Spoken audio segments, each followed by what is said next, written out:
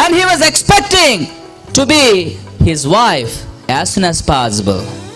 త్వరలో, అతి త్వరలో మరియా నేను ఇద్దరం కలిసి దంపతులము కాబోతున్నాము, మేము ఒక చక్కని లైఫ్ లీడ్ చేయాలని ఆలోచించాడు యోసేపు. కానీ ఆయనకు అనుకోకుండా ఒక షాక్ తగిలింది. మరియా ఆమె గర్భవతిగా ఉండడం చూచి ఆయనకు అర్థం కాలేదు. సహజంగా ఒక మానవుడు ఆలోచించే విధంగానే ఆలోచించినప్పటికీ కూడా మానవుని కంటే, అంటే సహజమైనటువంటి మానవ పద్ధతి కంటే కొంచెం మెరుగుగా ఆలోచించి ఆమెను క్షమించడానికి, ఆమెను శిక్షించకుండా, ఆమె పరువు తీయకుండా అవమానపరచనల కంటే అదే అవమానపరచడానికి ఆయనకు అవకాశం ఉంది.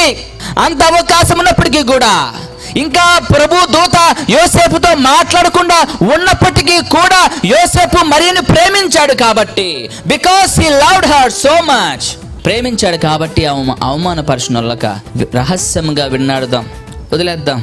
గమనించండి ప్రేమ దేవుని బిడ్డలారా, అందులో యోసేపు తన ప్రేమను మరియ పట్ల చూపిస్తూ ఉన్నాడు. నేను అనుకుంటాను, జాగ్రత్త గమనించండి, పరమ దేవుడైనటువంటి తండ్రి అయిన దేవుడు తన కుమారుని లోకను పంపించడానికి ఎన్నుకున్నటువంటి ఇద్దరు యవనస్తులు నిజముగా నీతిమంతులు కాబట్టే, నిజముగా తెగింపు గలవారు కాబట్టే, నిజముగా విశ్వసించేవారు కాబట్టే, నిజముగా భయభక్తులు కలిగినటువంటి వారు కాబట్టే, నిజముగా దేవుని తెలుసుకున్నవారు కాబట్టే, నిజముగా వారు దేవుని యొక్క మాటకు విధేయత చూపించగలిగిన వారు కాబట్టే దేవుడు వారిని ఎన్నుకున్నాడు. చప్పుడు కూడా దేవుని మహిమపరుద్దాం. హల్లెలూయా.